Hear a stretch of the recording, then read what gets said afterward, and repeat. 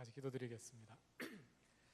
하나님, 주님 사랑하시는 성도들을 이 자리에 모으셔서 또 함께 말씀의 잔치에 참여할 수 있도록 인도하시고 또 주님 앞에 귀한 예물 드릴 수 있게 하시니 감사합니다. 드린 손길들마다 하나님의 은혜를 더하시고 내가 가진 모든 것 하나님의 것임을 알고 하나님의 주 되심을 확인하는 그 믿음과 감사의 마음을 받으시며 또 드린 예물들이 이 땅에 하나님의 나라를 이루는데 귀하게 쓰여지게 하옵소서. 오늘 이 자리에 함께 하셔서 우리의 눈을 열어주시고 또 우리의 귀를 열어주셔서 주님의 말씀을 깨닫게 하시고 그 말씀이 우리를 변화시키게 하옵소서. 예수님의 이름으로 기도드립니다. 아멘. 안녕하세요.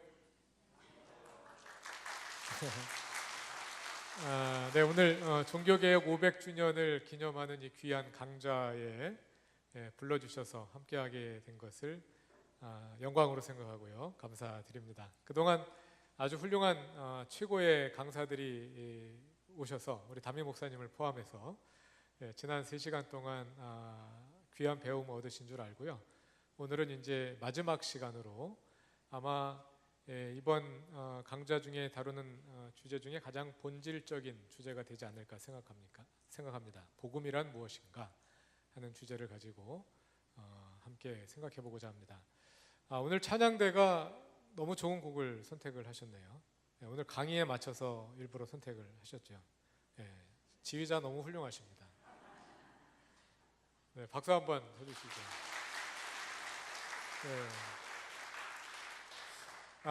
오늘 그 강의를 통해서 하고자 하는 내용을 다 담고 있지는 못하지만 그러나 굉장히 중요한 핵심적인 내용이 그 찬양에 담겨 있다고 생각을 합니다. 우리가 복음으로 돌아가서 진리의 말씀 앞에 서는데 그 복음이란 무엇이냐면 단지 십자가의 은혜를 누리는 데서 끝나지 않고 그 복음을 삶으로 산다는 것입니다.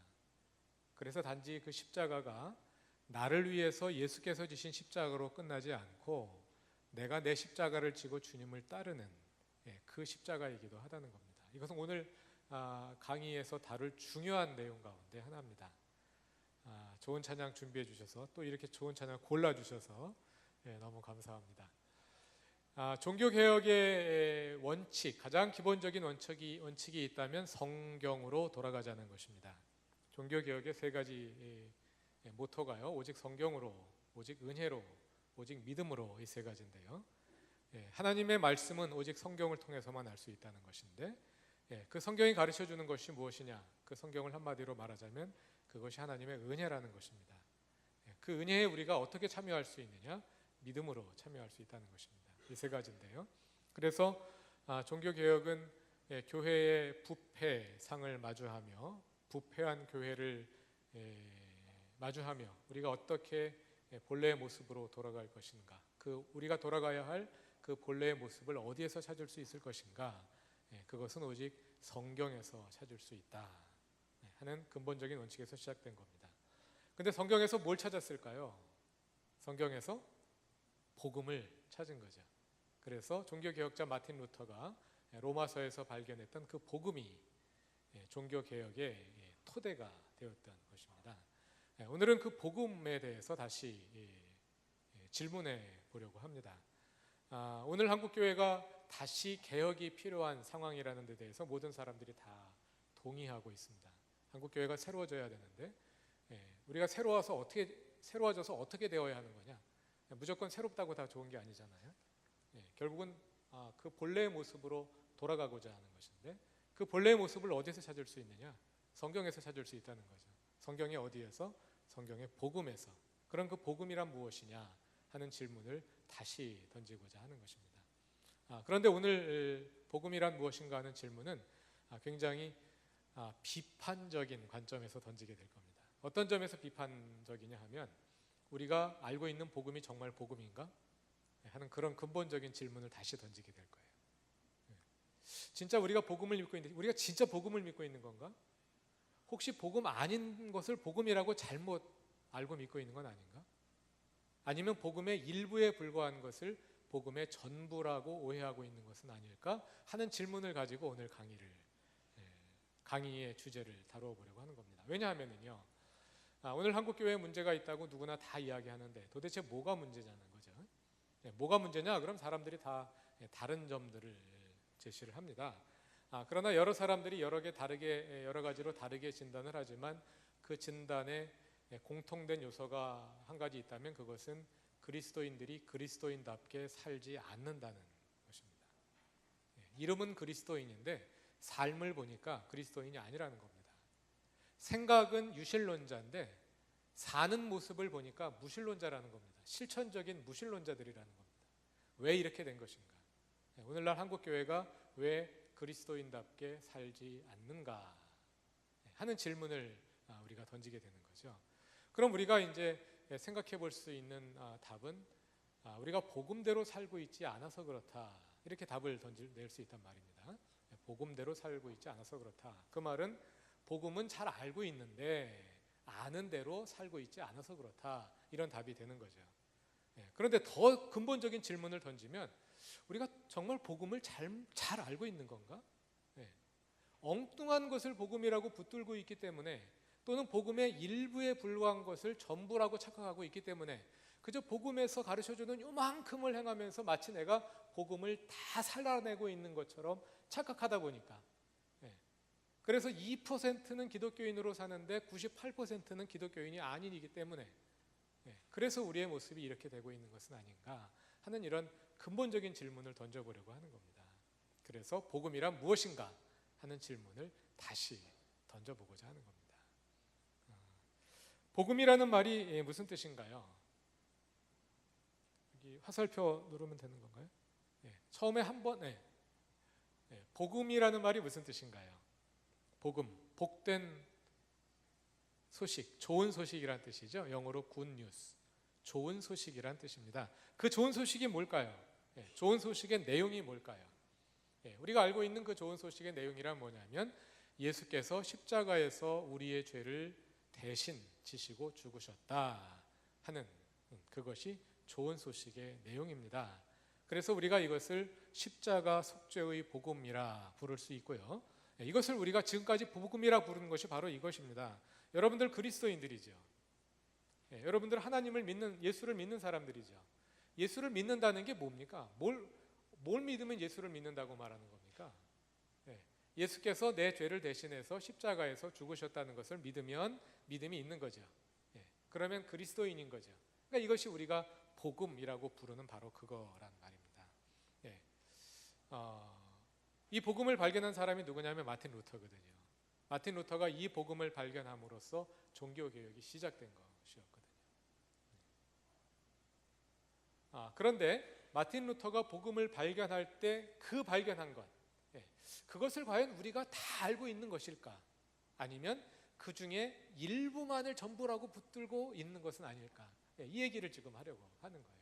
자, 우리가 알고 있는 이 복음을요, 가만히 생각해 보면 여러 가지 문제가 이 안에 들어있어요.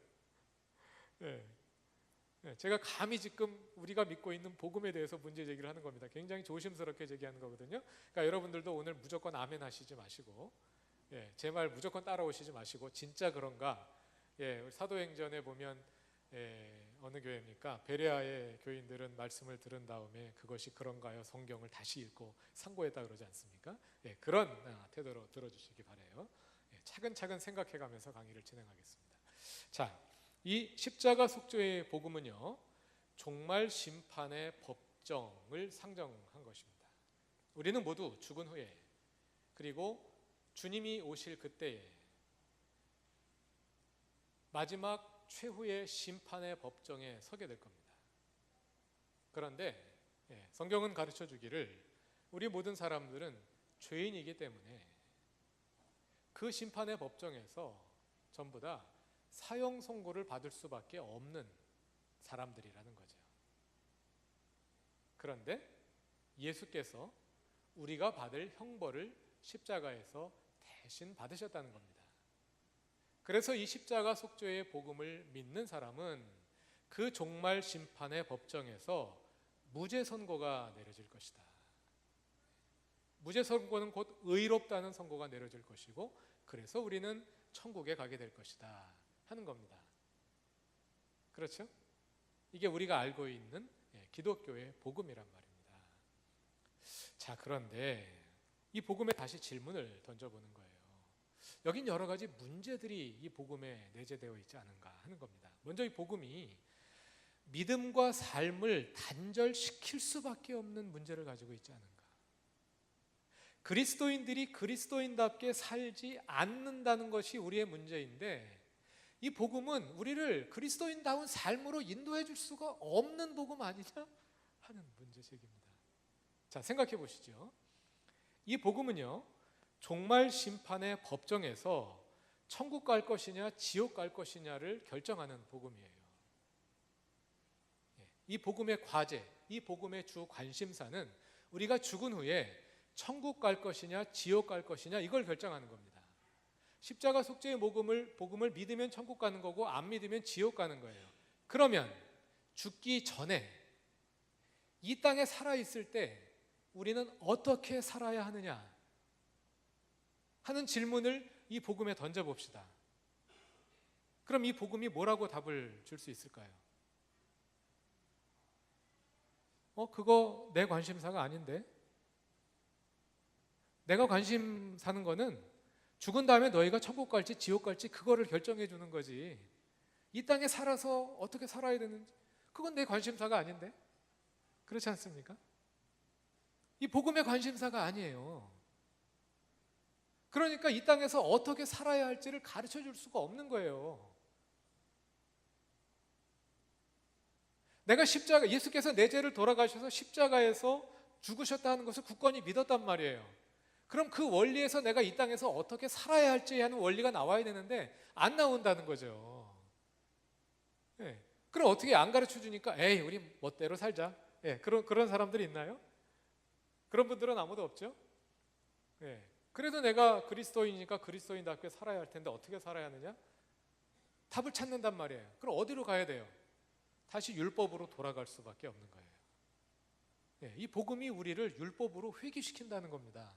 자, 여러분, 저는요, 이 복음이 무엇이냐 하는 질문을 갖기 시작한 지 이제 10여 년째 되어 가는데요. 그리고 고민을 하기 시작한 지. 그때 줄곧 가지고 있었던 질문이 한 가지 있었습니다. 여러분, 복음은 우리를 자유롭게 하는 것입니까? 아니면 우리를 속박하는 겁니까? 자유롭게 하는 거죠. 그럼 여러분, 교회에 오래 다니면 다닐수록 더 자유로워져야 될까요? 아니면 더 강한 죄책감에 시달려야 할까요? 그런데 여러분 교회를 다니면 다닐수록 어떻게 됩니까? 더 자유로워집니까? 더 강한 죄책감이 우리를 짓누르지 않습니까? 네, 여기 자유로워지시는 분은 진짜 모범적인 그리스도인이십니다. 우리 대부분이 경험하는 거는 교회를 다니면 다닐수록 우리의 죄책감이 더 깊어진다는 거예요. 그렇지 않아요? 이게 왜 그러냐는 거죠.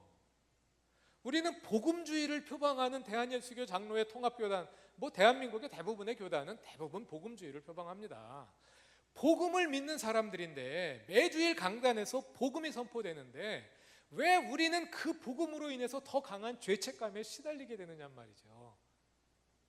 이름은 복음인데 사실은 율법이 선포되고 있다는 거 아닙니까? 왜 그럴까? 저는 답을 여기서 찾은 거예요. 이 복음이 우리를 율법으로 돌려보낸다는 거예요. 어떻게 살아야 할지 복음이 가르쳐주지 못하니까 이런 문제가 있더라는 거예요. 네. 또 다른 문제는 이 복음이요 우리의 신앙을 사사라는 얘기는 개인적인 일로 만든다 그런 뜻입니다.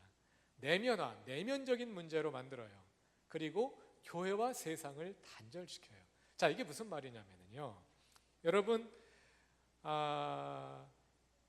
신앙의 문제는 뭐가 신앙의 문제입니까?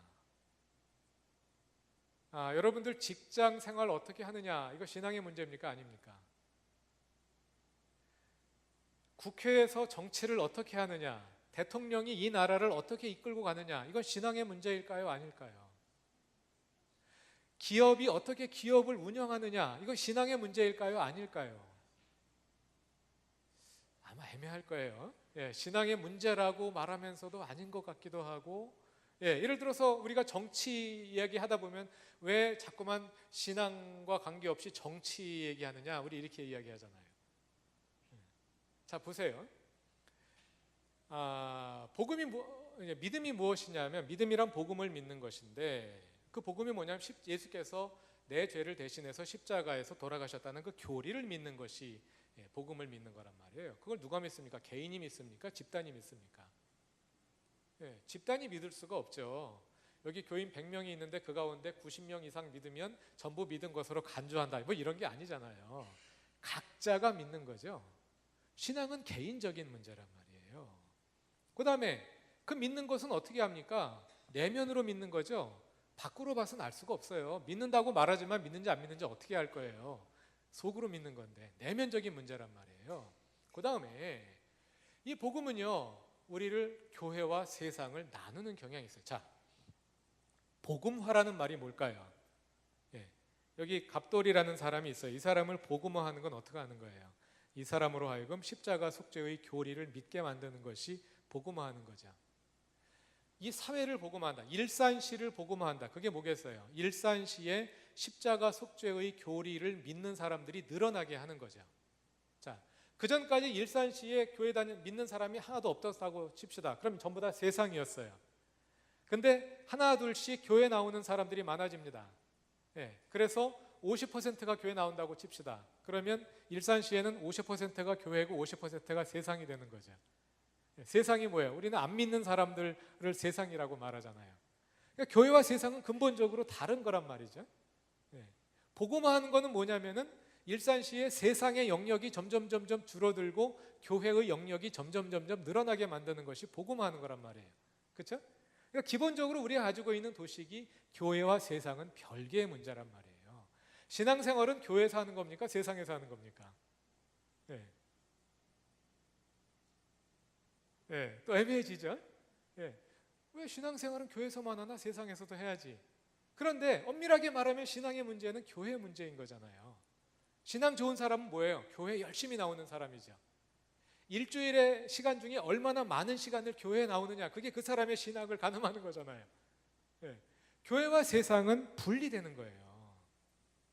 교회와 세상을 분리시킬 수밖에 없는 그런 한계를 이 복음이 가지고 있더라는 거예요. 그 다음에 또 신학적인 문제가 있습니다. 어떤 신학적인 문제가 있느냐 하면요, 이 복음에는요, 십자가는 있는데 부활이 없어요. 오늘 그 찬양에 십자가만 있죠? 십자가는 있는데 부활이 없어요. 이게 무슨 말이냐면요, 예수님이 우리가 어떻게 해서 천국 가는 겁니까? 예수님이 우리 죄를 대신해서 십자가에서 죽으셨기 때문에 우리가 천국에 가는 거죠. 예수께서 십자가에서 죽으신 순간 우리의 죄 문제가 다 해결됐습니다. 그럼 만약에 예수님이 부활하지 않고 그냥 아직까지 죽은 상태로 있으시다면 우리는 천국 갈 수 있을까요? 없을까요? 왜 못 갑니까? 왜 못 갑니까? 우리는 십자가 속죄의 복음이 뭐냐면 우리는 우리의 죄 때문에 죽을 수밖에 없는 존재인데 예수님이 우리 대신 형벌을 받고 죽으셨단 말이에요. 그러니까 예수님이 십자가에서 우리의 형벌의 문제를 다 해결해 줬다고요. 그러니까 우리는 죄가 없으니까 이제 죄 문제가 해결됐으니까 천국 가는 거거든요. 그러니까 예수님 부활 안 하셔도 천국 갈 수 있어야 되는 거 아니에요? 말이 되는 것 같기도 하고 안 되는 것 같기도 하고 그러죠. 이게 뭐냐면은 오늘 지금 제가 하고 있는 얘기가 전부 다 이게 말이 되는 것 같기도 하고 안 되는 것 같기도 하고 그러죠. 이게 왜 그러냐면 우리가 믿고 있는 그 믿음의 내용을 이 복음이 온전히 대변해 주지 못하기 때문에 그러는 거예요. 우리가 믿고 있는 것은 사실은 십자가 속죄의 복음만을 믿고 있는 것이 아니라 그보다 더 큰 것을 믿고 있습니다. 그렇죠? 예수님이 부활하지 않으셨다. 여러분, 십자가가 중요할까요? 부활이 더 중요할까요? 똑같이 중요하죠.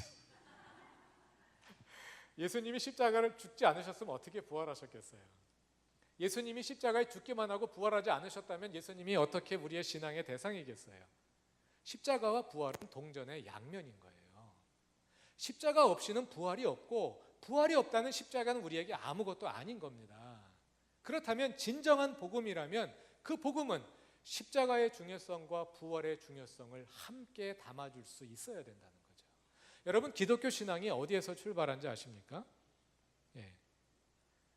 사람의 중심으로 보자면요, 기독교 신앙은요, 부활과 함께 시작했어요. 자, 예수님이 십자가를 지고 돌아가셨습니다. 그때 제자들 어떻게 했습니까? 다 도망가 버렸죠.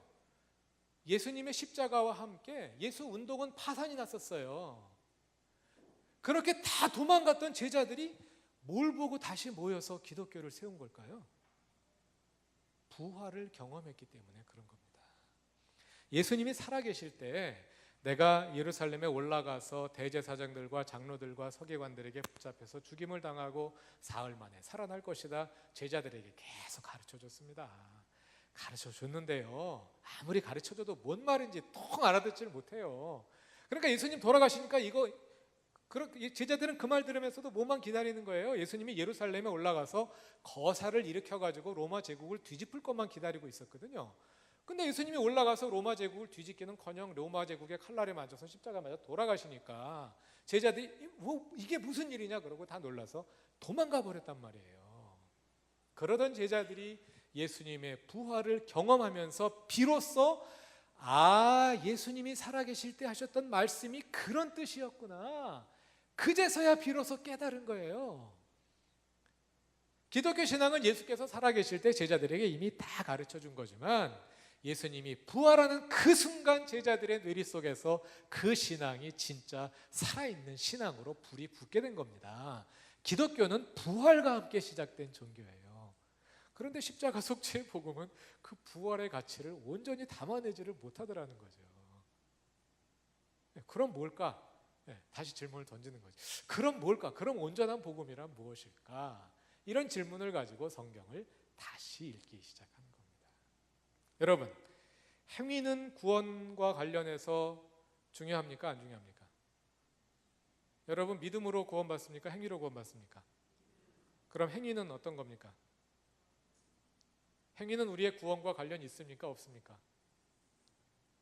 관련 없습니다 하고 말해야 정답인데 오늘 분위기 같아서는 이상하죠? 자, 다음으로 넘어가 보면은요, 성경에 많은 것이요, 예를 들어서 마태복음 7장 21절에서 마태복음 5장 6장 7장에 산상수훈이 있는 건 다 아시죠? 예수께서 산에 올라가서 제자들을 가르치신 그 산상수훈을 마무리하는 말씀인데 예수께서 이렇게 말씀하십니다. 나더러 주여 주여 하는 자마다 다 천국에 들어갈 것이 아니요 다만 하늘에 계신 내 아버지의 뜻대로 행하는 자라야 들어가리라. 누가 하신 말씀일까요? 예수님이 하신 말씀인데 뭐라 그러냐면요, 다만 하늘에 계신 내 아버지의 뜻대로 행하는 자라야 들어가리라. 어디에? 천국에. 이 말씀 이거 어떻게 할 거예요? 예수님이 하신 말씀인데 이거 어떻게 할 거예요?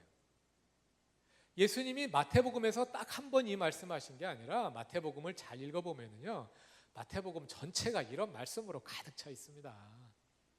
마태복음의 강조점이 뭐냐면 하나님의 뜻대로 행하는 자라야 천국에 들어가리라. 이게 마태복음이 계속해서 하는 말이에요. 자, 그 다음에 여러분 야고보서 잘 아시죠? 행함이 없는 믿음은 그 자체가 죽은 것이라. 이 말씀 어떻게 할 거냐고요. 이 말씀들이 버젓이 이렇게 있는데 예수님, 야고보서는 야고보가 한 말을 쓴 말이라고 치지만 마태복음 예수님이 하신 말씀인데 행하는 자라야 천국에 들어가리라고 예수님 말씀하셨는데 어떻게 우리가 그렇게 자신 있게 행함과 구원은 관계없다고 그렇게 말할 수 있느냐 말이에요. 이 내용을 담아내지를 못하는 거예요.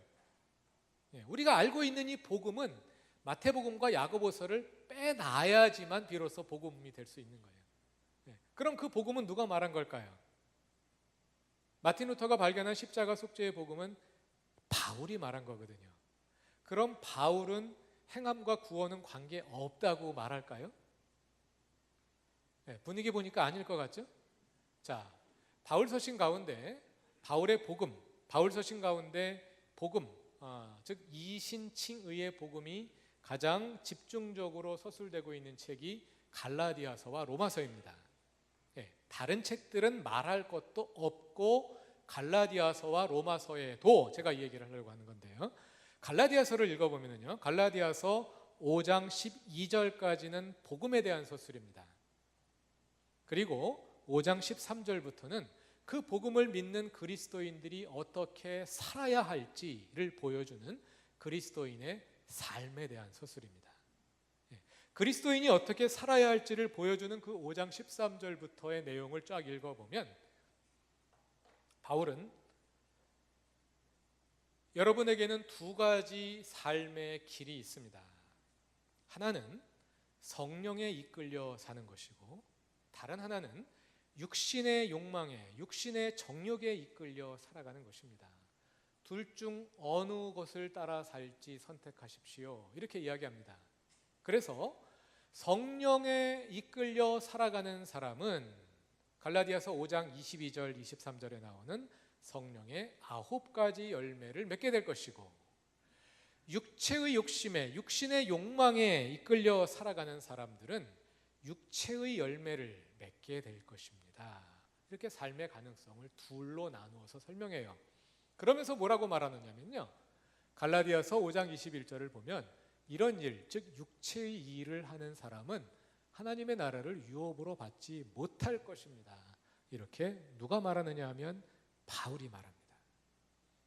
자, 로마서, 마틴 루터가 복음을 발견한 로마서 뭐라 그러냐면요, 로마서 2장 13절에서 율법을 듣는 자가 아니라 행하는 자가 의인이다 이렇게 말합니다. 한번 찾아보세요.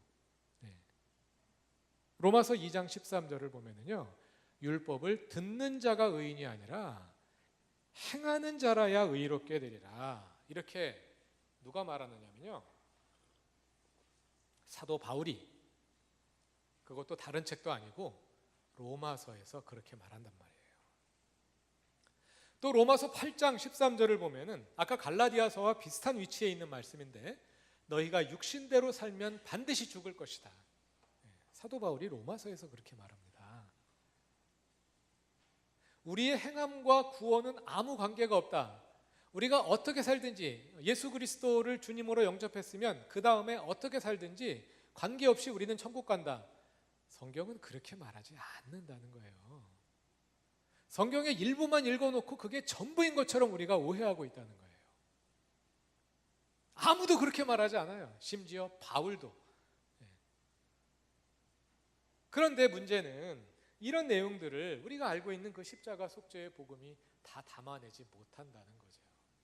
십자가 속죄의 복음이 가르쳐주는 것은 십자가 속죄의 교리에 아멘 하기만 하면 우리가 어떻게 살든지 관계없이 천국 간다, 이렇게 아주 단순하고 아주 편리하게. 얼마나 편리합니까? 너무 간단하잖아요. 그게 바로 아까 복음, 우리 찬양대 찬양 가사 속에 들어있던 값싼 은혜이죠. 하나님의 은혜를 싸구려로 만들어 버린 거예요. 하나님께서 우리를 구원하신 은혜 싸구려로 만들어 버린 거예요. 그냥 그것만 믿으면 어떻게 살든지 관계없는 거예요. 정말 성경이 그렇게 가르쳐 주느냐 하는 겁니다. 그렇지 않다는 겁니다. 그래서 다시 찾아 들어가는 거예요. 정말 그러면 성경이 말하는 복음은 도대체 뭘까? 다시 찾아 들어가는 겁니다. 자, 그래서 찾아 들어가기 시작을 했어요. 성경은 복음을 뭐라고 정의할까?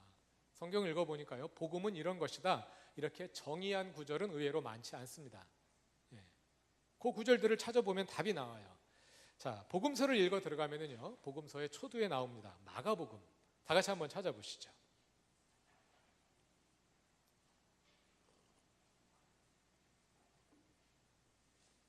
신약성경 마가복음 1장 14절과 15절은 예수께서 공생애를 시작하시면서 처음 하신 선포입니다. 처음 하신 선포이면서 동시에 이 예수님의 선포에는 마가복음 내용 전체가 다 담겨 있어요. 그리고 복음서 전체가 사실은 이 한 구절에 다 담겨 있습니다. 자, 다 같이 한번 읽어보겠습니다. 시작.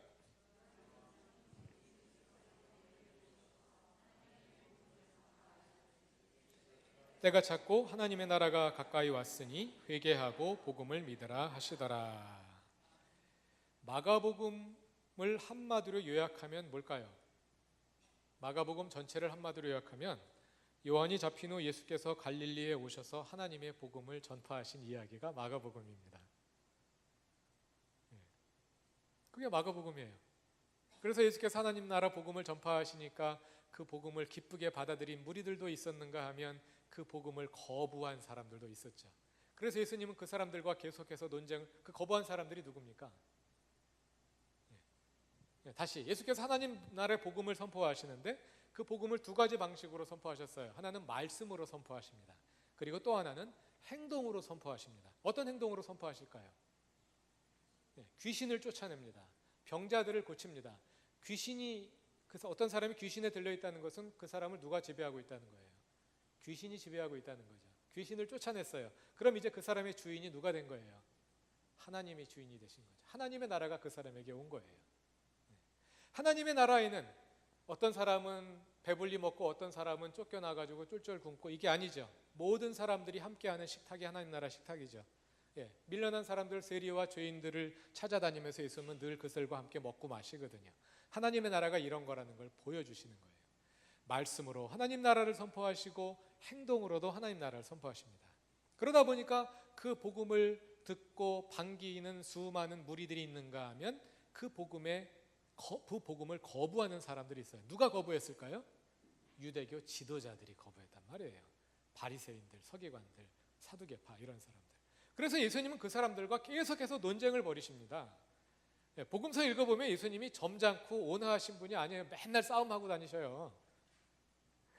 유대교 지도자들하고 맨날 논쟁하신다고요. 그러다가 이제 예루살렘에 올라가시죠. 예루살렘에 올라가서는 그 유대교 지도자들 중에서도 제일 위에 있는 대제사장들과 장로들과 서기관들과 논쟁을 벌이시다가 결국은 그 사람들에 의해서 십자가에 처형당하시고 부활하신 이야기가 복음서잖아요. 그러니까 복음서 전체가 뭐냐면 예수께서 하나님 나라를 선포하신 이야기죠. 말씀으로 선포하시고 행동으로 선포하시고 그 하나님의 나라를 거부하는 사람들과 대결하시다가 그 사람들에 의해서 십자가를 지고 죽으시고 부활하신 얘기, 이게 복음서란 말이죠. 그러니까 복음서 전체를 한마디로 말하면 하나님의 나라입니다. 자, 그 하나님 나라가 뭐냐 하는 건데요. 자, 예수께서 하나님의 복음을 선포하셨는데 그 전파하신 내용이 뭐냐면 전파하신 복음의 내용이 뭐냐면 때가 찼고 하나님의 나라가 가까이 왔으니 회개하고 복음을 믿으라 이렇게 선포하셨어요. 자, 회개하고 복음을 믿으라, 이거는 복음에 대한 반응이겠죠. 그러니까 예수님이 선포하신 내용은 뭐예요? 때가 찼고 하나님의 나라가 가까이 왔다. 다시 예수께서 요한이 잡힌 후에 예수께서 갈릴리에 오셔서 하나님의 복음을 전파하셨대요. 자, 그 복음이 뭘까요? 예수님이 전파하신 내용을 보면 그 복음의 내용이 뭔지를 알 수 있잖아요.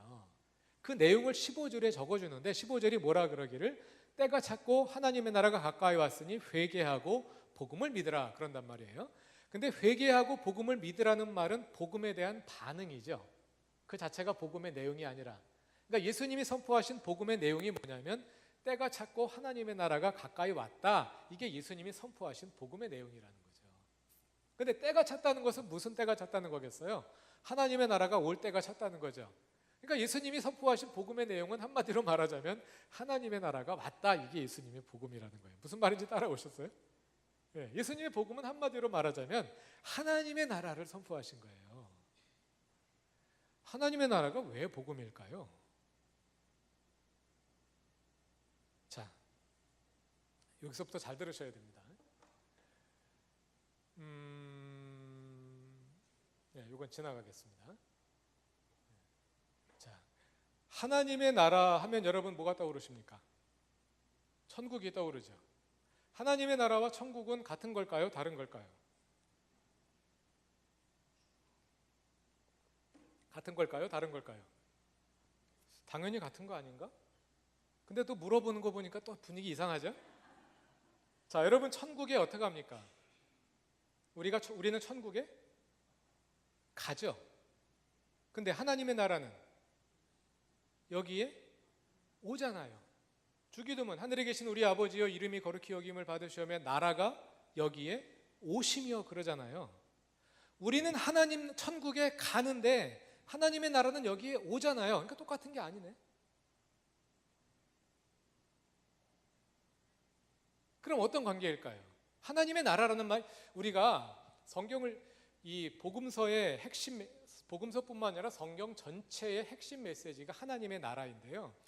이 하나님의 나라라는 말을 우리가 엉뚱하게 이해하고 있기 때문에 성경을 이해를 하지 못하는 거예요.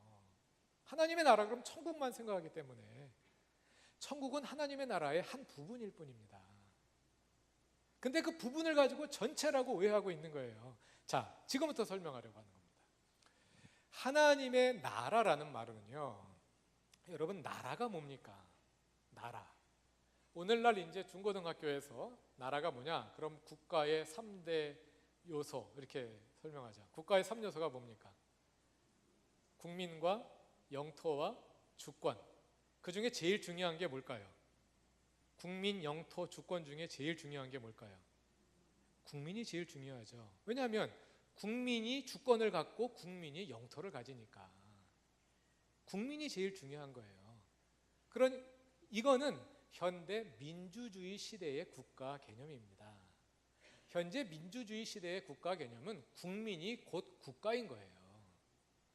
정부가 국가인 것이 아니라 국민이 곧 국가란 말이에요. 이게 민주주의 시대의 국가 개념이거든요. 그런데 왕조 시대에는 어땠을까요? 이 민주주의 시대에는요, 국민이 주권을 가지고 있고 전 영토를 국민이 가지고 있습니다. 내가 가지고 있는 집은 내 거예요. 그런데 왕조 시대에는 어땠을까요? 누가 주권을 가지고 있습니까? 왕이 주권을 가지고 있습니다. 온 나라의 영토 누구 겁니까? 왕 거예요. 그럼 우리 집은 왕의 소유물인데 내가 살도록 허락해 준 거지. 귀족들이 가지고 있는 영토, 왕의 땅인데 귀족에게 상으로 나누어 준 거지. 언제든지 가져갈 수 있는 거예요. 물론 함부로 하지는 못하죠. 특히 조선처럼 이제 사대부가 강한 나라는 왕이라고 마음대로 하지 못합니다. 그러나 원칙적으로는 모든 국토가 왕의 것이란 말이에요. 모든 주권은 왕에게 있다고요. 모든 국민은 국민이 아니라 백성은 그냥 신민, 왕의 소유물에 불과하거든요. 그러니까 왕조 시대의 나라의 정체성을 누가 결정하겠어요? 왕이 결정하는 거예요. 오늘날 민주주의 시대에는 나라의 정체성을 누가 결정합니까? 국민이 결정하는 거지만 왕정 시대에는 왕이 결정한단 말이죠. 그래서 나라라는 말 자체가 왕이라는 말에서 나오는 거예요. 여러분 영어에서요, 네이션이라는 말 있죠. 네이션이라는 말이 무슨 뜻입니까? 네이션이라는 말은 본래 국민이라는 뜻이에요. 근데 우리는 그걸 국가라는 뜻으로도 쓰거든요. 원래 국가는 스테이트가 국가고 네이션은 국민이에요. 네이션 스테이트, 국민 국가. 근데 우리는 네이션이라는 말을 국민이라는 뜻으로도 쓰고 국가라는 뜻으로 쓰이거든요. 왜냐하면 국민이 곧 국가니까. 네. 국민이라는 말과 국가라는 말이 같은 말이에요, 오늘날은. 그런데 왕조 시대에는 국가라는 말이 왕이라는 말에서 나오는 거예요. 헬라어를 찾아보면 히브리어에는 나라가 말쿠트고요. 왕은 멜레크입니다. 자, 히브리어는 오른쪽에서 왼쪽으로 가요. 오른쪽에서 왼쪽으로. 자, 가만히 보시면은요, 첫 번째 두 글자 똑같이 생겼죠. 그렇죠? 네. 그다음에 세 번째 글자도 똑같은 글자입니다. 이 글자가 글자 끝에 나오면 밑으로 이렇게 쭉 뻗고요. 글자 중간에 나오면 이렇게 꼬부려요. 그래서 앞에 세 글자가 같은 글자예요. 그러니까 이 왕이라는 글자 뒤에다가 뭘 붙인 거예요. 멜렉에다가 우트 붙여서 말쿠트, 이런 나라라는 말이 나온 거예요. 헬라어도 마찬가지예요. 왕은 바실리우스, 나라는 바실레이아. 그러니까 무슨 말이냐면 영어로 따지자면 king, kingdom 또는 king, kingship 이런 관계예요. 그러니까 우리말로 하자면 왕됨. 나라라는 말이 무슨 뜻이냐면 왕됨 이런 뜻이에요. 누가 왕이냐, 거기에 따라서 그 나라가 무슨 나라냐가 결정되는 거거든요. 그러니까 나라라는 말의 사전적인 의미가 왕됨, 주됨 이런 뜻이라고요. 다스림. 그래서 하나님의 나라라는 말은 그대로 풀면 사전적으로 이렇게 풀어볼 수도 있다, 그런 뜻이 아니라 아주 원론적인 의미에서 하나님의 나라라는 말은 하나님의 왕 되심, 하나님의 주 되심, 하나님의 다스리심, 이게 하나님의 나라라는 말의 뜻이에요. 우리는 나라 그러면 그 나라가 어디에 있느냐만 생각하잖아요. 장소를 중심으로 생각하죠. 물론 장소가 없는 나라는 없습니다. 그러나 더 중요한 것은 장소가 중요한 것이 아니라, 장소는 분명히 있지만 더 중요한 것은 누가 다스리느냐, 이게 중요한 거예요. 그러니까 하나님의 나라가 온다, 그 말은 하나님께서 여기에 오셔서 우리를 다스리신다, 그런 뜻입니다. 하나님이 여러분들을 다스리십니까? 그러면 여기에 하나님의 나라가 온 겁니다. 예수님이 첫 선포가 뭐였어요? 하나님의 나라가 가까이 왔다, 이거였잖아요. 한 번은 예수께서 귀신들을 내쫓았습니다. 그랬더니 바리새인들이 와가지고 예수를 비난합니다. 저 사람이 저 귀신들의 두목인 바알세부를 힘입어가지고 귀신을 쫓아낸다. 그러니까 예수님 뭐라 그러십니까? 여보시오, 좀 말이 되는 소리를 하시오. 같은 귀신들끼리 싸우면 그게 말이 되겠어? 이렇게 받아친다면 예수께서 뭐라 그러십니까? 그러나 만일 내가 성령을 힘입어 귀신을 내어 쫓는 것이면 하나님의 나라가 이미 너희 가운데 왔느니라, 그러시죠. 하나님 나라가 이미 온 거예요. 하나님 나라가 여기 있다 저기 있다 하더라도 거기 끌려가지 마라. 하나님 나라는 어디 있다? 너희 마음속에 있다, 이렇게 나오지 않아요? 너희 가운데 있다. 하나님께서 오셔서 다스리시면 거기에 하나님의 나라가 이루어지는 거예요. 예수님과 함께 이 땅에 하나님의 나라가 온 겁니다. 그런데 하나님 나라가 완성되지는 않은 거죠. 하나님 나라가 완성됐으면 우리가 이렇게 살고 있겠어요? 하나님 나라는 언제 완성될까요? 하나님의 나라는 주님이 다시 오실 때 그때 완성되는 거죠. 예수의 오심과 함께 이미 하나님 나라가 시작돼서 그 완성을 향해서 달려가고 있는 겁니다. 그게 성경이 가르쳐주는 거예요. 이 하나님의 나라는 저 하늘에 있는 천국을 가리키는 것이 아니라 하나님이 다스리신다는 뜻. 자, 하나님은 어디서 다스리실까요? 하나님의 다스림은 어디에 이루어질까요? 어디에? 하나님의 다스리심이 안 이루어지는 영역은 어딜까요? 그런 영역은 없죠. 하나님의 다스리심은 모든 피조 영역에 이루어지는 겁니다. 개인에게도 이루어지지만 사회에도 이루어지는 것이고, 교회 안에도 이루어지지만 세상에도 이루어지는 것이고, 회사에도 이루어지는 것이고, 청와대에도 이루어지는 것이고, 국회에도 대법원에도 이루어지는 것이고, 학회에도 이루어지고, 시장에도 이루어지고, 여러분의 가정에도 이루어지고, 하나님의 나라는 모든 곳에서 이루어지는 겁니다. 그런데 하나님의 나라는 아직 완성되지 않았어요. 그래서 완전한 하나님의 나라가 아니에요. 완전한 하나님의 나라는 어디에 이루어지는 걸까요?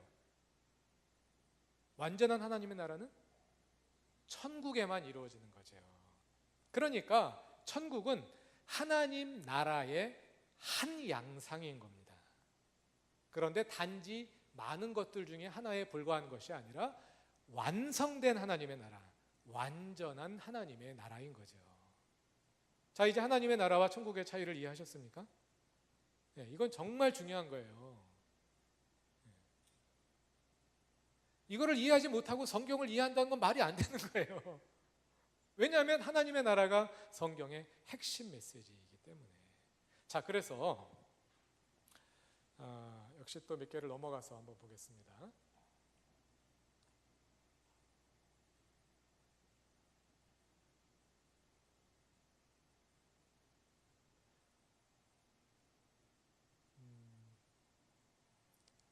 자, 그래서 우리가 복음을 다시 이해할 때 지금 이제 지나온 내용은 뭐였냐면, 이 복음은 신약 성경에 나오는 복음서에 담겨 있는 복음일 뿐만 아니라 바울의 복음이기도 하다 하는 것을 이제 쭉 설명하는 내용이었습니다. 근데 자세히 설명하다 보면 시간이 너무 많이 가기 때문에 그냥 지나왔습니다. 제가 지금 요즘에 교회에서 로마서를 강의하고 있는데, 로마서 안에 하나님의 나라 복음이 어떻게 들어있는지를 설명하는 건데요. 이 강의에도 이제 조금 들어있었는데, 자, 그래서 복음이란 무엇이냐면, 그러니까 예수께서 선포하신 복음이 무엇이냐? 하나님의 나라가 온다. 하나님께서 오셔서 너희를 다스리신다. 이것이 예수께서 선포하신 복음이었던 거예요. 이때까지 예수님은 하나님의 나라 복음을 선포하는 선포자였어요. 예수께서 이 땅에 살아계실 때는 하나님의 나라가 온다, 예수님이 선포하셨거든요. 그러니까 다스리는 그 하나님 나라의 통치자는 누구예요? 하나님이시죠. 그리고 그 복음을 예수님은 그 복음을 선포하시는 분이란 말이에요. 자, 그런데 이것이 예수님이 부활하신 이후로부터 선포의 내용이 달라집니다.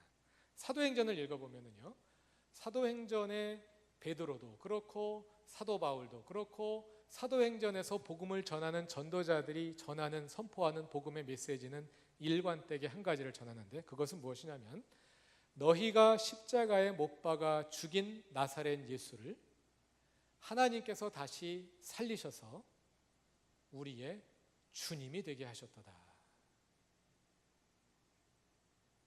너희가 십자가에 못 박아 죽인 예수를 하나님께서 다시 살리셔서 우리의 주님이 되게 하셨도다. 이게 사도행전에서 일관되게 선포하는 복음이고요, 로마서에 담겨 있는 복음이기도 하고요, 신약 성경에 일관되게 담겨 있는 복음이 바로 그거예요. 복음에는 세 가지 요소가 있어요. 하나는 십자가고, 또 하나는 부활이고, 또 하나는 예수의 주 되심입니다. 자, 이제는요, 복음서에 나오는 예수님은 복음을 선포하시는 분이었는데, 예수님이 부활하신 다음에 예수님의 제자들과 사도들에 의해서 기록된 복음에서 예수님은 이제 주님이 되셨어요. 하나님 나라의 주님이 되셨어요. 원래 하나님 나라는 누구의 나라예요? 하나님 나라죠, 문자 그대로. 예수님은 뭐예요? 그러니까 예수님은 왕자잖아, 왕자. 근데 예수님이 아버지 하나님의 왕위를 이어받으신 거예요. 어떻게 이어받았을까요? 무엇을 계기로 이어받게 되었을까요? 십자가와 부활을 계기로 하나님 나라의 왕자를 이어받으시게 된 거예요. 그게 사도행전이 선포하고 바울 서신이 선포하고 신약 성서가 선포하는 메시지예요.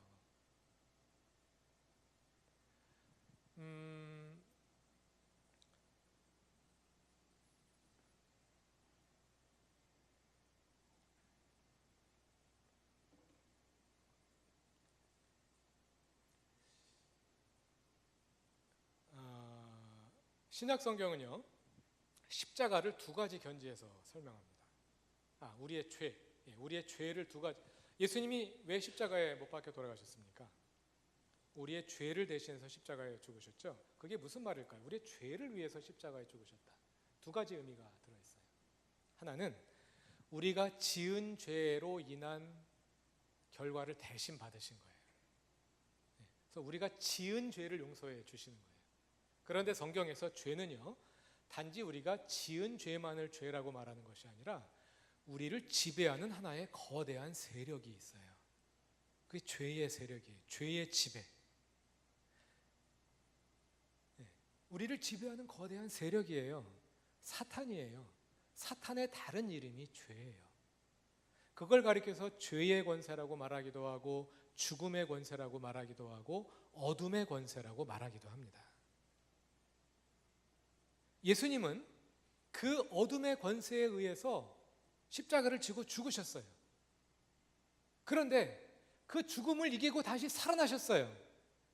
그러심으로써 그 죽음의 권세를 파하신 겁니다. 이게 우리의 죄를 위해서 죽으신 거예요. 부활이 없이는 십자가가 설명되지 않는 거죠. 예수님은 그 죄의 권세에 의해서 죽으시고 다시 살아나심으로써 그 죄의 권세를 파하신 겁니다. 그래서 고린도전서 15장에 의하면 죽음아 너의 쏘는 침이 어디, 너의 독침이 어디 있느냐 이렇게 말하는 거죠. 죽음의 독침이 제거됐다는 거죠. 우리는 죽음의 권세, 죄의 권세 아래 있던 사람들인데 예수께서 십자가에서 죽고 다시 살아나심으로 그 죽음의 권세를 해결하셨다는 겁니다. 이게 바로 예수님이 그래서 우리의 주님이 되셨다는 거예요. 예수님이 주님이 되셨다. 이게 바로 하나님 나라의 복음인 거예요. 그러니까 신약 성경이 일관되게 가르쳐주는 복음의 내용은 뭐냐면 하나님이 우리의 주님이 되신다.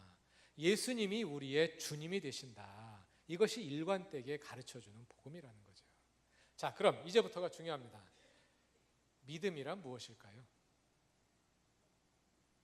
믿음은 복음을 믿는 겁니다. 복음이란 무엇이냐면 하나님이, 예수 그리스도의 하나님이 우리의 주님이 되신다는 것을 믿는 거예요. 그게 뭘까요? 예수님이 주님이 되신다는 걸 믿는다. 이게 뭡니까? 예수님 나의 주님이십니다. 맞습니다. 오케이. 이런 믿는 걸까요? 내 머리로 정말 확신합니다. 굳게 믿었어요. 부정하지 않아요. 진짜 내 주인입니다. 그럼 예수님 믿는 거, 주인으로 믿는 겁니까? 뭘까요? 예수님을 주님으로 믿는다는 것은 실제로 주님이 되시게 하는 거죠. 복음이 뭐냐면 하나님의 나라가 온다. 하나님께서 오셔서 너희를 다스리신다. 그 복음을 내가 받았어요. 오 하나님 나에게 오십시오. 오셔서 나를 다스리십시오. 나의 주인이 되십시오. 이게 복음을 믿는 거예요. 하나님이 다스리신다는 교리에 동의하는 것이 믿는 것이 아니라 그건 그냥 복음 믿는 것의 일부일 뿐이고 하나님께서 오셔서 실제로 나의 삶의 주인이 되게 하시는 것, 그것이 예수를 믿는 겁니다.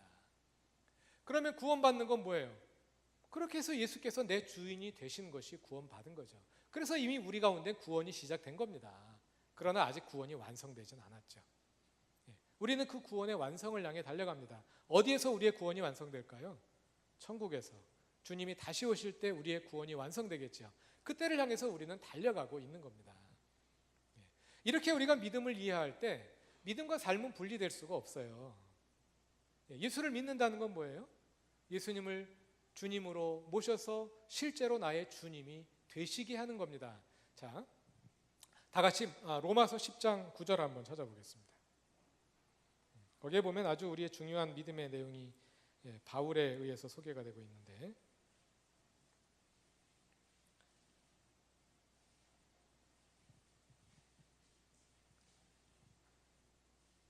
로마서 10장 9절 다 같이 읽어보겠습니다. 시작. 내가 만일 내 입으로 예수를 주로 시인하며 또 하나님께서 그를 죽은 자 가운데서 살리시는 것을 내 마음에 믿으면 구원을 받으리라. 여기에 보면 우리의 믿음의 내용이 세 가지가 들어있죠. 첫 번째, 예수를 주로 시인하는 것. 두 번째, 하나님께서 그를 죽은 자 가운데서 살리신 것을 믿는 것. 십자가와 부활과 예수의 주 되심, 이 세 가지가 같이 들어있죠. 그러니까 예수를 믿는다는 건 뭐냐면 십자가에 죽으시고 다시 살아나신 예수를 나의 주님이 되시게 하는 것이 예수를 믿는 거예요. 그냥 예수님이 내 죄를 위해 죽으신 것을 믿습니다. 아멘, 아멘, 확실히 믿습니다. 그런 믿음이 끝난 것이 아니라는 거예요. 십자가에서 죽으시고 다시 살아나신 예수를 나의 주님이 되시게 하는 거란 말이에요. 근데 우리를 헷갈리게 하는 말씀이 있어요. 바로 10절이에요. 10절 다 같이 읽어봅시다. 시작. 사람이 마음으로 믿어 의에 이르고 입으로 시인하여 구원에 이르노라. 마음으로 믿어 입에 의에 이르고 입으로 시인하여 구원에 이르네요. 그럼 믿음이 뭐예요? 마음과 입으로 하는 거네요. 마음과 입으로만 하는 거예요. 그러니까 기독교인들이 입으로 다 하죠. 자, 근데 우리가 이 말을 잘 이해해야 됩니다. 만약에 복음이 단지 십자가의 속죄 뿐이라면 우리가 예수께서 내 죄를 대신해서 십자가에서 죽으신 것을 마음에 굳게 믿었어요. 그리고 입으로 고백했어요. 그럼 그 다음에 뭘 더 할 수 있을까요? 이미 다 했잖아요. 더 할 게 없죠. 이미 다 완성된 거예요. 그러나 내가 만일 내 입으로 예수를 주로 시인하며, 이건 얘기가 달라지는 겁니다. 예수를 주로 시인한다는 말이 무슨 뜻일까요? 여러분이 옆 사람 얼굴을 한번 보시죠. 옆 사람과 마주 보시고요. 옆 사람과 마주 보시고 여러분들의 마음을 진지하게 담아서 고백을 하십시오. 당신은 나의 주인이십니다.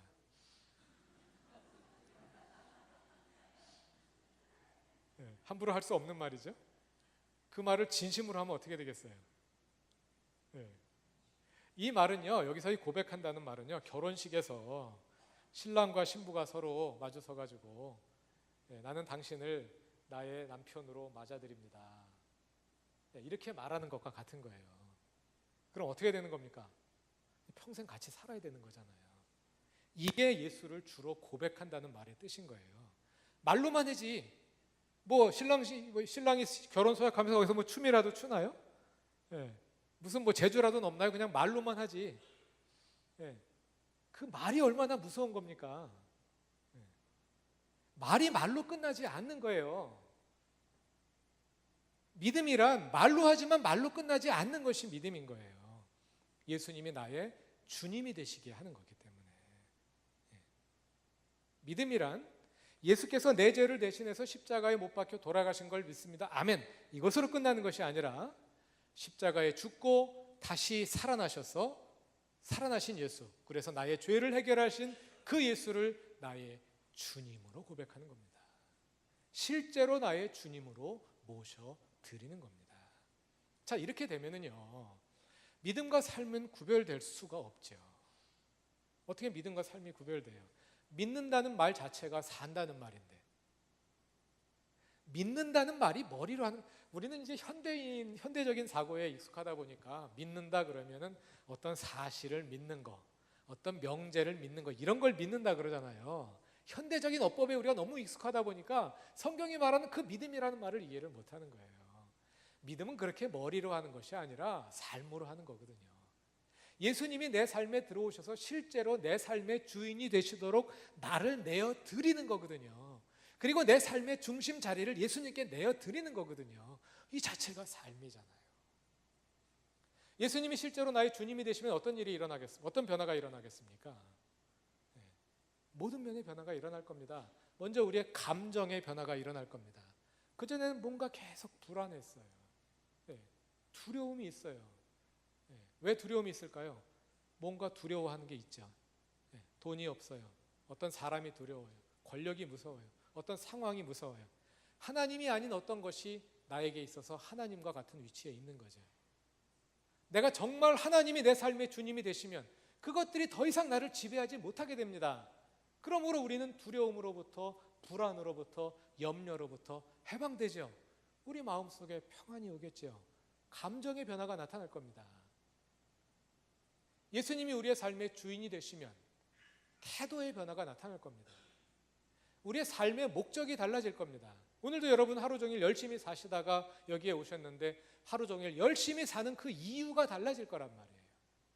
다른 사람을 대하는 태도가 달라지겠죠. 전에는 어떻게 하면 이 사람한테 내가 뭘 좀 얻어낼 수 있을까, 이런 식으로 대하던 것이 어떻게 이 사람과 나의 삶 관계에서 하나님의 주대심이 이루어지게 할 수 있을까, 하나님께서 나에게 베푸신 구원을 어떻게 이 사람에게도 나눠줄 수 있을까, 사람을 대하는 태도가 달라지겠죠.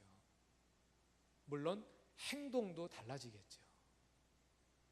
하나님이 나의 주님이 되시니까 나의 삶의 모든 영역에 변화가 나타난단 말이에요. 믿음과 삶이 어떻게 달라질 수가 있겠어요? 믿는다는 말 자체가 산다는 말인데, 믿음대로 사는 게 아니에요.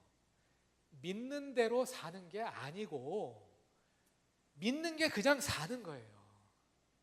믿는다는 말이 그 자체가 산다는 뜻이에요. 예수를 믿는다. 예수가 주님이 되시는 삶을 산다. 이런 뜻이라는 겁니다. 자, 그러면 예수님이 주님이 되신 영역은 교회만 주님이 되시겠습니까? 세상에서도 주님이 되시죠. 이 세상의 모든 영역이 다 주님이 다스리신 영역이죠. 그러면 여러분들이 시장에 가서 돈을 쓰는 문제, 이게 신앙의 문제인 거예요. 내가 어떤 방법으로 돈을 벌 것이냐, 이게 신앙의 문제인 거예요. 여러분들이 투표하는 날 누구한테 표를 찍느냐, 이게 신앙의 문제인 거예요. 나의 자녀를 무엇을 목표로 어떤 방식으로 가르칠 것이냐, 이게 신앙의 문제인 겁니다. 모든 영역이 신앙의 문제인 거예요. 자, 우리가 그리스도인들이 그리스도인답지 못하다고 자꾸만 안타까워합니다. 예, 꼭 뭔 사건만 터지면 높은 자리에 있는 분들이 사건 터뜨리는데 꼭 그리스도인들이 껴있거든요. 그 사람들 욕하는데 가만히 보면 꼭 욕할 문제는 아니에요. 자, 기독교인이 장로님이 대통령이 됐어요. 기독교적으로 통치를 해줄 줄 알았는데 그렇지가 않아요. 장로가 왜 그래? 우리가 욕하죠. 근데 가만히 여러분이 대통령이 됐다고 생각해 보세요. 내가 대통령이 됐어요. 그럼 이제 내가 기독교적으로 통치하고 싶어요. 기독교인다운 대통령이 되고 싶어요. 기독교인다운 대통령은 어떤 대통령입니까? 기독교적으로 정치하는 것은 어떻게 정치하는 겁니까? 언제 배워본 적이 있나? 왜냐하면 정치 영역은 신앙의 영역이 아니었거든요. 신앙생활 잘하는 건 교회 생활 열심히 잘한 거잖아요. 교회에서 주차 관리도 열심히 하고 11조도 잘 내고 꼬박꼬박 출석하고 그런 훌륭한 그리스도인이었던 거죠. 그 사람이 회사를 어떻게 운영하든지 정치를 어떻게 하든지 그건 신앙의 문제가 아니었던 거잖아요. 그렇지 않은 거죠. 상식적으로 보자면. 왜? 거기도 하나님 나라, 하나님의 다스리심이 이루어지는 영역이니까.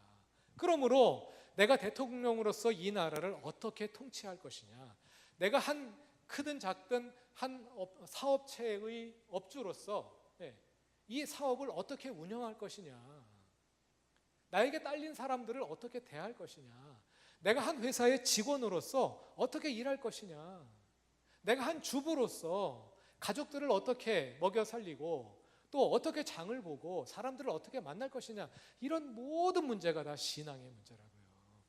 그 모든 영역이 전부 다 하나님의 주 되심이 이루어져야 할, 교회에만 하나님의 주 되심이 이루어지는 것이 아니라 우리가 살아가는 모든 영역이 다 하나님의 주 되심이 이루어져야 될 영역인 겁니다. 영혼뿐만 아니라 우리의 육체까지도, 인간들의 영역뿐만 아니라 심지어 자연 환경까지도. 하나님이 자연 환경은 안 다스리시겠어요? 자연 환경도 하나님의 다스리심의 영역이에요. 환경 문제도 신앙의 문제인 거예요. 모든 문제가. 그래서 우리가 신앙을 바라보는 관점, 그리고 세상을 바라보는 관점이 달라져야만 하는 거죠. 이게 바로 하나님 나라의 복음입니다. 어떻습니까? 이게 듣고 나니까 생판 처음 듣는 얘기입니까? 여러분도 늘 생각하고 있던 얘기잖아요.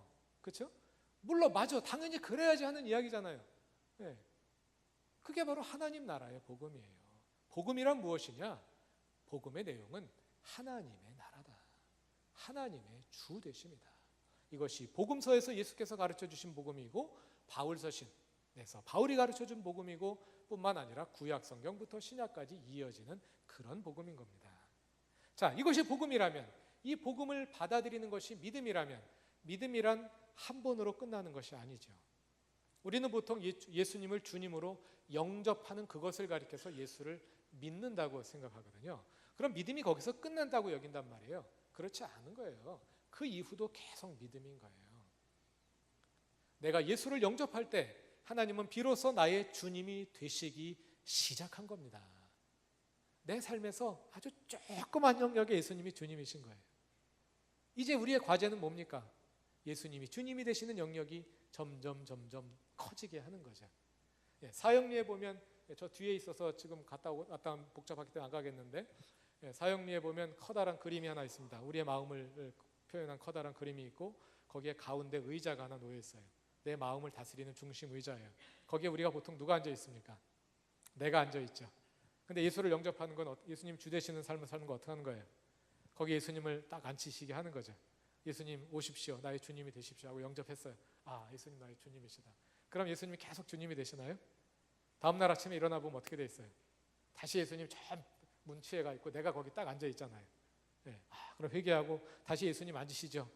점심 먹을 때쯤 되니까 예수님 벌써 저기 가 계시잖아요. 벌써 예수님 잊어버렸는데, 예수님 잊어버렸는데, 잊어버린 예수님 어떻게 나의 주님이 되시겠어요? 그게 우리의 모습이죠.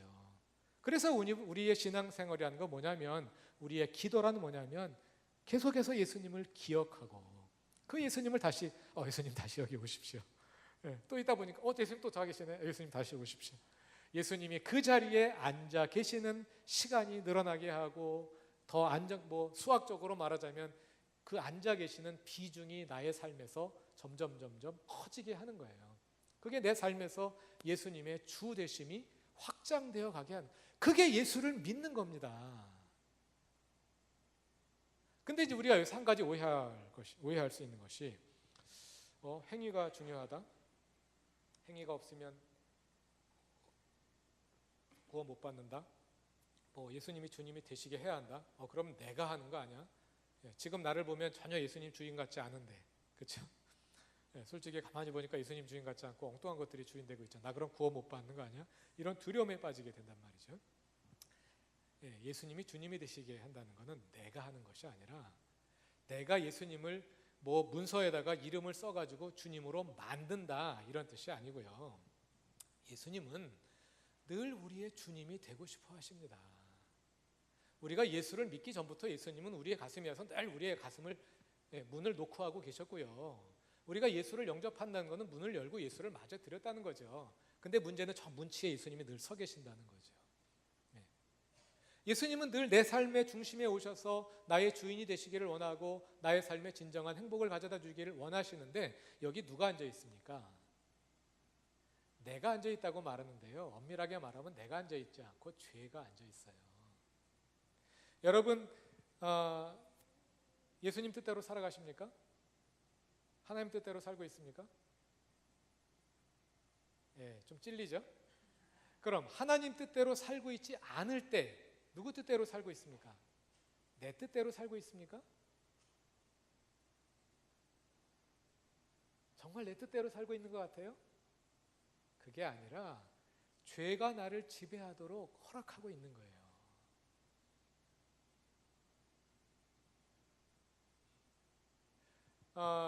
정확한 상황이 떠오르지 않습니다. 학생에 비유하자면 학생이 한 학기 동안 열심히 공부하다가 방학이 딱 됐어요. 학기 때는 매일 아침에 일어나서 억지로 막 일어나서 밥 먹고 학교 가고 얼마나 피곤합니까? 방학이 딱 됐어요. 이제부터는 자유다. 그 학생이 진짜 자유를 누리나요?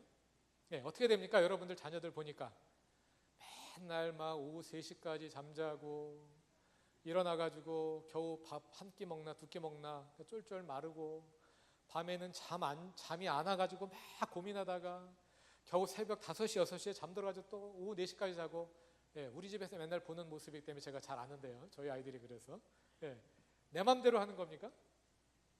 그 아이가 자기 맘대로 하고 있을까요? 자기 맘대로 하는 게 아니에요. 내 뜻대로 하는 것 같지만 아니에요. 우리의 신앙생활은요. 하나님의 뜻을 따를 것이냐 내 뜻을 따를 것이냐 둘 중에 선택하는 것으로 생각하는데 그게 아니에요. 그게 아니라 하나님이 주님이 되시게 할 것이냐 죄가 나를 지배하게 할 것이냐 둘 중에서 끊임없이 선택해 가는 겁니다. 하나님은 우리 자신이 우리 삶의 진정한 주인이 되기를 원하십니다. 우리 삶에 하나님의 주 되심이 깊어지면 깊어질수록 진정한 자유가 우리에게 옵니다. 진짜 내 뜻대로 할 수 있게 돼요. 하나님을 멀리하면 멀리할수록 죄가 나를 지배합니다. 내 맘대로 하는 것 같은데 땡깡을 부리고 있을 뿐이지 전혀 내 뜻대로 하는 게 아니에요.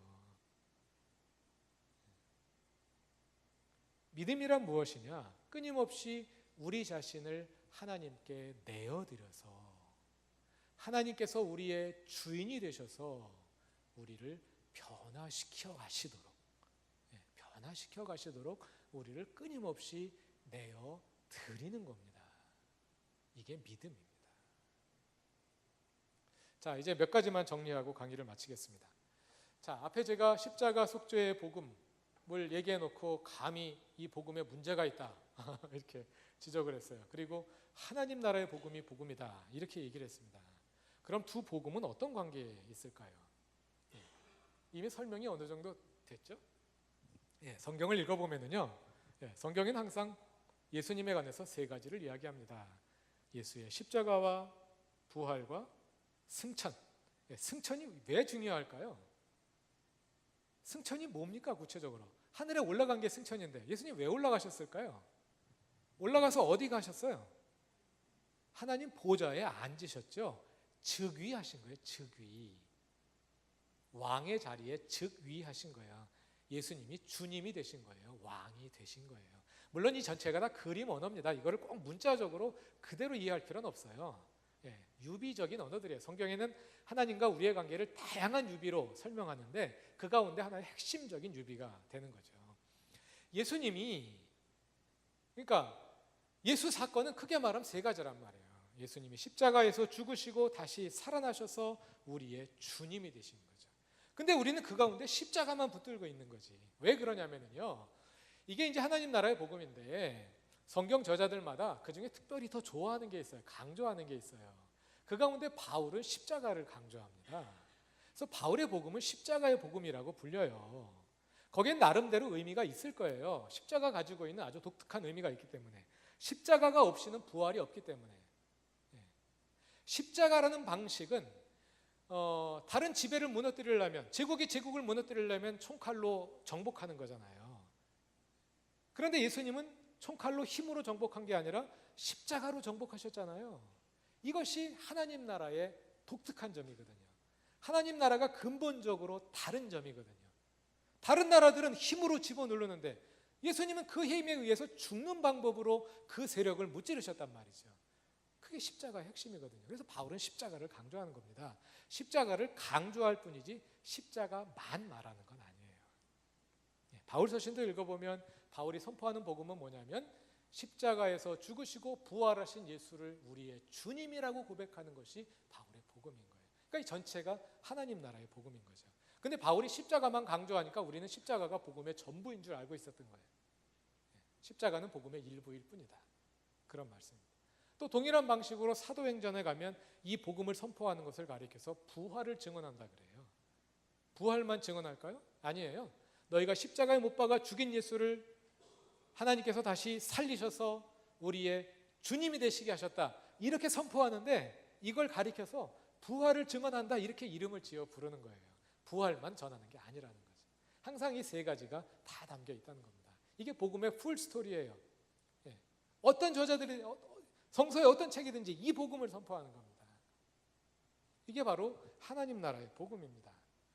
그리고 또 이제 전체 역사의 관계를 따지자면 성경은 하나님과 우리의 관계를 언약 관계로 설명합니다. 하나님께서 이방인 가운데 하나였던 아브라함을 선택하셔서 당신의 백성으로 삼으셨어요. 하나님께서 이집트에서 종살이하던 이스라엘 백성들을 해방시켜 끄집어내시고서 출애굽기에서 20장에서 언약을 맺으십니다. 나는 너희를 이집트 이집트 종되었던 땅에서 인도하여는 너희 하나님 여호와다. 나는 너희가 내 백성이 되기를 원한다. 너희도 내 백성이 될래? 이스라엘 백성이? 네, 우리는 주님의 백성 되기를 원합니다. 그래? 그러면 이제부터 십계명을 지켜라. 율법을 지켜라. 그래서 율법을 주신 거예요. 이게 하나님과 이스라엘 백성의 관계입니다. 언약 관계예요. 이 언약 관계는 사랑의 관계입니다. 하나님과 우리의 관계는 사랑의 관계로 시작된 거예요. 그런데 문제는 이스라엘이 계속해서 하나님을 떠났죠. 십계명이 말하는 거, 율법이 말하는 거 한마디로 요약하면 그게 뭐냐면 나 외에 다른 신을 섬기지 말라는 겁니다. 하나님만을 하나님으로 인정해라. 이게 모든 율법의 핵심이에요. 십계명의 제1계명이. 근데 이스라엘의 죄악이 뭡니까? 자꾸만 다른 신을 따라가는 거죠. 출애굽 과정에서는 애굽으로 계속 돌아가겠다 그러죠. 파라오를 하나님 대신 섬기는 거예요. 가나안 땅에 들어가면 누굴 섬깁니까? 계속해서 바알 신을 따라가죠. 왕국을 세운 다음에 계속해서 강대국을 따라가죠. 계속 다른 신을 따라가거든요. 그러니까 어떻게 돼요? 하나님도 예언자들을 보내서 제발 돌아와라. 안 돌아오니까 그래 할 수 없구나. 너희 제갈 길로 가라. 그래서 이스라엘이 어떻게 된 거예요? 멸망한 거죠. 남왕국, 북왕국이 이스라엘이 먼저 멸망하고 남왕국 유다가 먼저 멸망했어. 가버렸어. 에이 우리 파혼이다. 우리 언약 끝났다. 그랬으면 될 걸. 하나님께서 부모가 자식을 못 버리시지 다시 그 자식을 기억하시고 돌아오시네. 그래서 이사야서에 보면 하나님께서 다시 돌아오시는 거죠. 아까 지나갔는데 그때 이제 하나님 나라의 복음이 그 맥락에서 처음 등장하는 거거든요. 그래서 하나님께서 돌아오시는 거예요. 하나님께서 언약 관계를 기억하시고 돌아오셔서 우리를 다시 죄로부터 해방시켜 주시는 겁니다. 구약 역사로 말하자면 바벨론 제국에서 해방시켜 주시고 헬라 제국에서 해방시켜 주시고 로마 제국에서 해방시켜 주시고 근본적으로는 영적으로는 죄의 세력으로부터 우리를 해방시켜 주시는 거죠. 그래서 언약 관계가 회복되고 주님의 영원한 통치가 우리 가운데 시작되는 겁니다. 그런데 십자가 속죄의 복음은 요 2번에서 시작합니다. 자, 여러분들 처음에 전도 받을 때 어떻게 하셨습니까? 여러분들은 죄를 지어 죽을 수밖에 없는 존재입니다. 여기서부터 시작하잖아요. 그러지 않습니까? 네. 내가 왜 죄인이야? 이런 반발부터 들잖아요. 네. 저도 어렸을 때 저는 모태신앙인데 아무리 이해가 안 되는 거야. 내가 죄인이라는 것이. 그러다 이제 나이가 들고 나니까 내가 죄인인 걸 알겠더라고요. 근데 내가 죄를 지어서 지옥 갈 만큼 그렇게 죄를 많이 졌나? 저도 좋은 환경에서 자라가지고 그렇게 죄 많이 안 진 것 같은데 이해가 잘 안 되는 거예요. 넌 죄인이야. 여기서부터 시작하니까 이해가 안 되는 거예요. 이 얘기를 도중에서 끊어놔서 그런 거예요. 이 얘기의 시작은 1번부터 시작되는 겁니다. 하나님이 우리를 사랑하셔서 우리를 하나님의 언약 파트너로 지으신 거예요. 하나님의 자녀로, 하나님의 사랑하는 신부로, 하나님의 목자 되신 하나님의 사랑하는 양으로 지으셨는데 우리가 하나님을 떠나서 문제가 생긴 거죠. 근데 1번을 뚝 떼버리고 2번부터 시작하니까 이해가 잘 안 되는 거지. 십자가 속죄의 복음은 2번부터 시작되는 거거든요. 하나님 나라의 복음은 1번부터 시작되는 거고. 그러니까 십자가 속죄의 복음은 하나님 나라의 복음이라는 큰 틀 속에 들어있는 겁니다.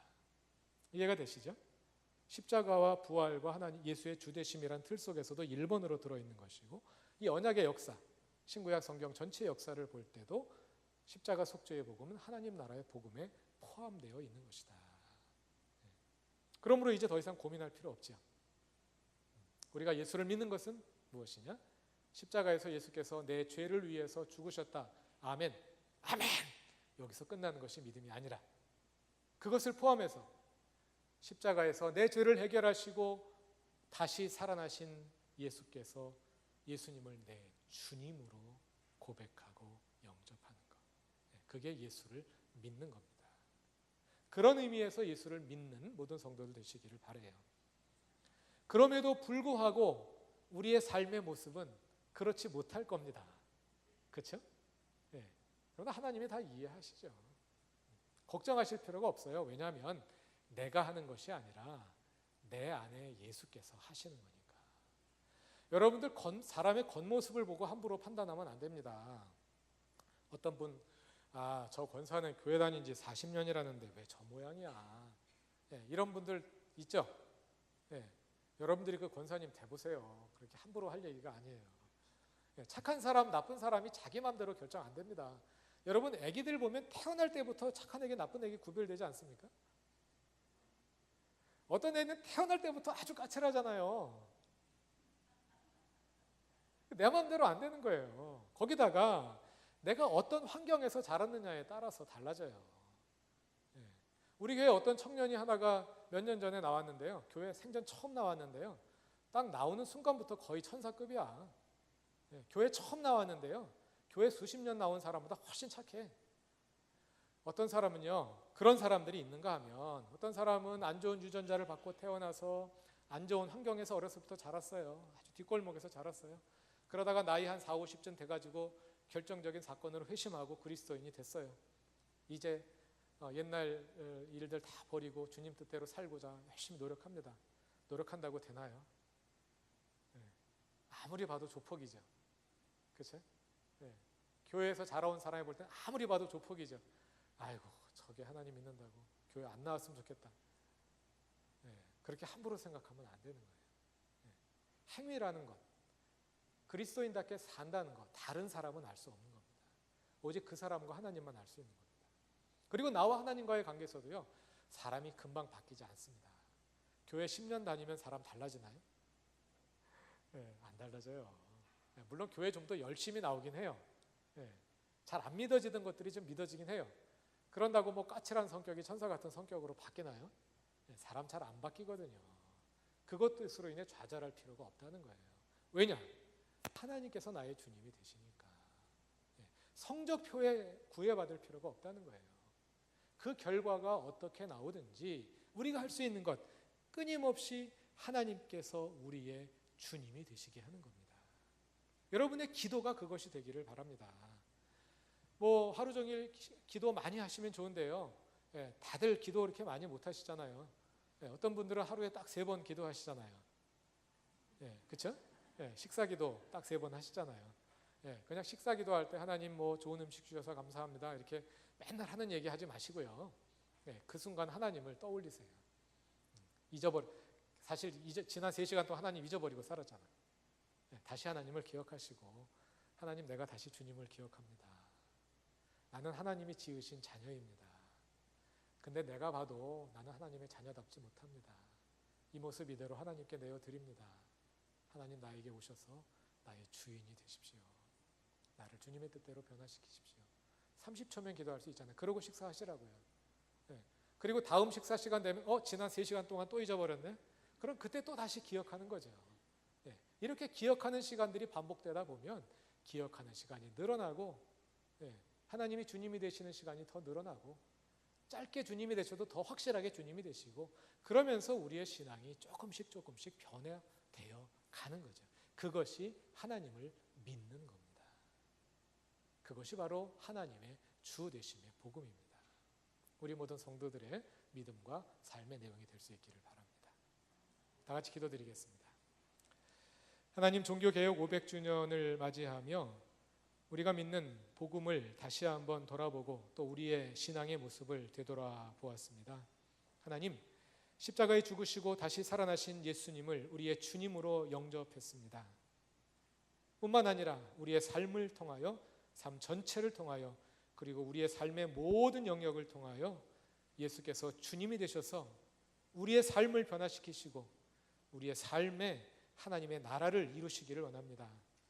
비록 우리의 모습 너무나 초라하고 우리 스스로 보기에도 부끄럽기 그지없지만, 그러나 이 모습 이대로 주님께 늘 내어드리며 하나님께서 주님이 되셔서 우리를 변화시키기를 기도합니다. 그러한 믿음의 성장이 우리 안에 계속되게 하여 주시고, 그래서 우리가 주님 다시 만날 때에 기쁨으로 주님 다시 만날 수 있도록 인도하여 주옵소서. 주님 사랑하신 하늘빛 광성교회 함께하여 주셔서 주님께서 이 교회를 새로 세우시고 또 좋은 종들을, 좋은 사역자들을 보내주시고 좋은 성도들을 보내주셔서 이렇게 귀한 믿음의 공동체를 이루게 하셨사오니, 하나님 이 교회를 통하여 주님의 빛을 보여주시고 주님의 생명의 복음이 온 세상에 널리 펼쳐지게 하시며 이곳에 하나님의 주 되심이 이루어지게 하시고 이 성도들이 살아가는 이 세상의 모든 영역에 하나님의 주 되심이 더욱 확장되어 가게 하여 주옵소서. 감사합니다. 예수님의 이름으로 기도드립니다. 아멘.